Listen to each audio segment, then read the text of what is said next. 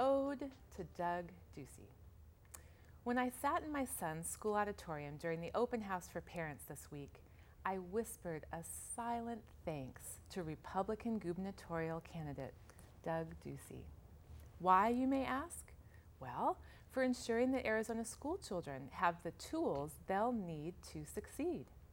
As the principal at our middle school open house announced that our children will learn math and English from long-term substitutes all year because Arizona's chronic teacher shortage makes filling openings with full-time certified teachers impossible, I rejoiced.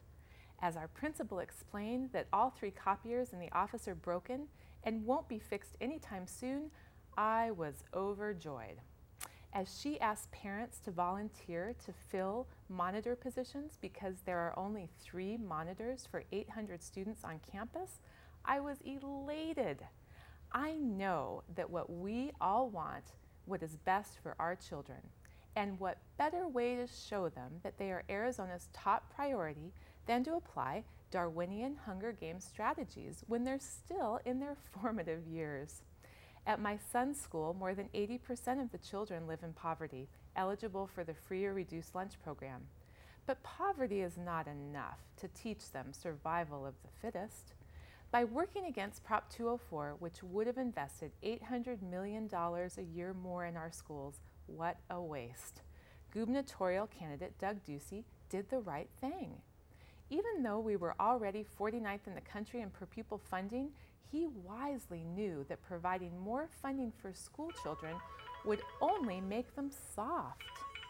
In a 21st century global economy, it's time to show our children how a society that does not value education actually operates.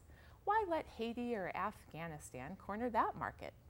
Gubernatorial candidate Doug Ducey believes in providing a first-hand learning experience. It's even better than project-based learning. Children living in poverty can actually attend a third world-like school, and we do not have to pay for expensive field trip travel.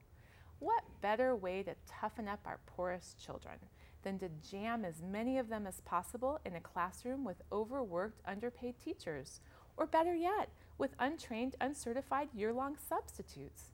What better way to weed the wheat from the chaff than to no longer fund all-day kindergarten? What better way to show children how to value books than by making them no longer available? It's tough love, and it works. This is absolutely true progress, and Republican gubernatorial candidate Doug Ducey is who we have to thank.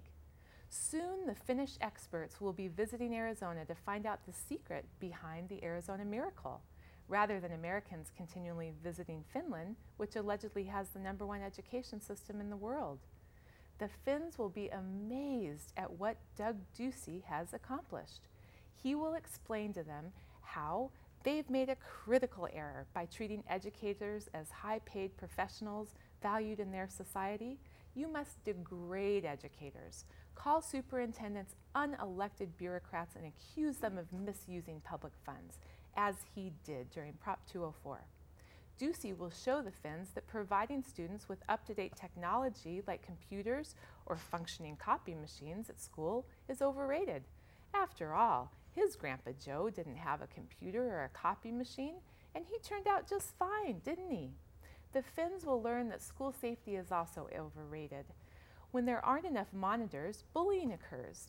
And as one of Ducey's chief advisors, Kathy Herod, head of the Anti-Gay Center for Arizona Policy, believes, anti-bullying measures in schools are only pro-gay propaganda and allow gay students to escape school unscathed. Now, we can't allow that, can we? That's just encouraging more students to become gay. And gubernatorial candidate Doug Ducey knew what he was doing by creating more barriers to higher education.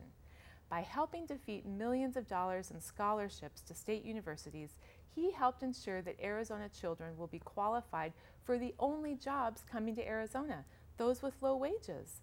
Since that's all Arizona is attracting, we absolutely must have a steady supply of low-skilled, low-wage workers. Doug Ducey understands this. We do not want to lose even one call center job to another state.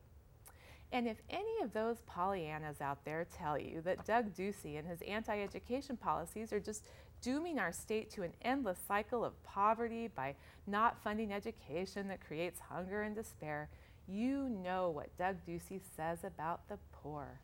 Just let them eat ice cream.